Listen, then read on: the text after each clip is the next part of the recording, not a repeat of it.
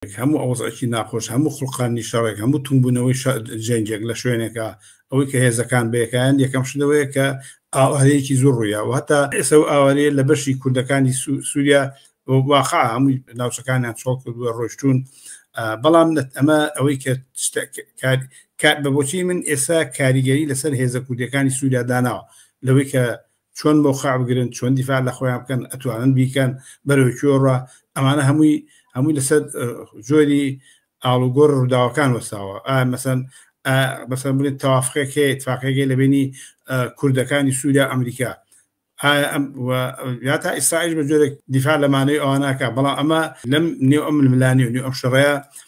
ئەفزەلێت بۆ چێ بێ بەرەوەی کۆڕە ئات هەیئەتی تەحریری شام چ موقع دەورێک کێبێک کە ئێستا دەورێکی بارزی هەیە و ناوی دەکردو و سەرنجی هەموو جیهانی ڕاکێشاوە کە